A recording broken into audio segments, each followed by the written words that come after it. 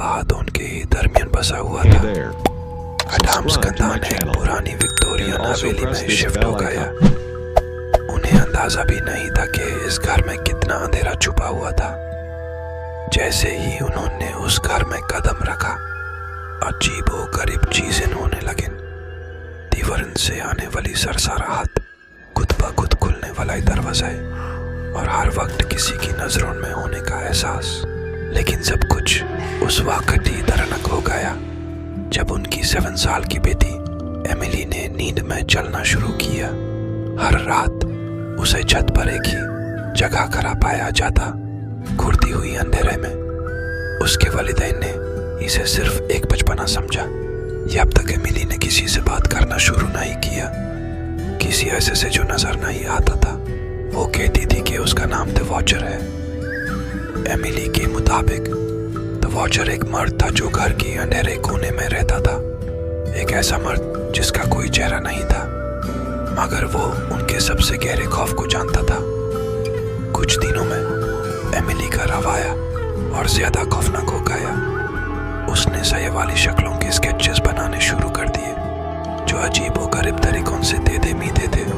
हमेशा उसके वालिदैन के पीछे खड़े रहते। हालात से परेशान होकर एडम्स खानदान ने एक मकामी पैरानॉर्मल एक्सपर्ट मिसेस ब्लैकवुड से मदद मांगी।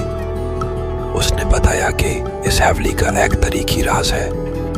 कई साल पहले यहाँ एक मर्द रहता था जो जादू टोना का शौक रखता था।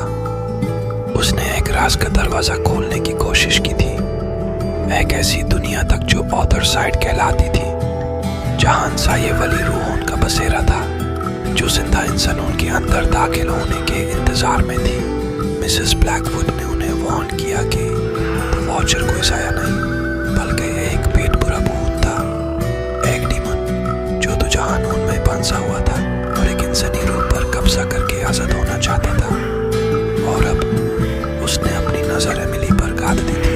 अपनी बेटी को भगाने के लिए उन्होंने मिसेस ब्लैकवुड को इजाजत दी कि वो एक राज का अमल करे ताकि उस दरवाजे को बैंड कर सके।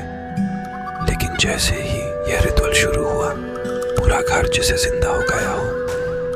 दरवाजे बैंड होने लगे, शीशे टूटने लगे और हवा में अजीब सरसराहट सी महसूस होने लगी। घर में हवाई सर्दी छा गई और एक घना साया दीवारों पर फैलने लगा जो एमिली की तरफ बढ़ रहा था। अचानक एमिली की आंखें काली हो गईं। उसने एक आवाज में बात करना शुरू किया जो उसकी नहीं थी।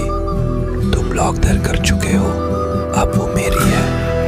मिसेस ब्लैकवुड ने आखिरी कोशिश करते हुए पुरानी इल्मों के इस्तेमाल से नूर को बुलाया। एक ही चमकती रोशनी कमरे में फैल गई और साये ने एक दिल दहला देने वाली चीख मारी और अंधेराई में गायब हो गया। एमिली जमीन पर गिर गई, सांस लेने की कोशिश करते हुए। घर एकदम खामोश हो गया। एडम्स कंधान जो खौफजदे और मगर राहत महसूस कर रहे थे, समझ रहे थे कि सब कुछ खत्म हो गया है। लेकिन अगले दिन जब वो समन बैंड कर रहे थे, एमिली ने अपनी माँ को एक दफा फिर से कहा, वो अब भी देख रहा है। Kindly subscribe, like and share मेरी वीडियो अपने दोस्तों के साथ। मुझे आपकी सपोर्ट चाहिए दोस्तों।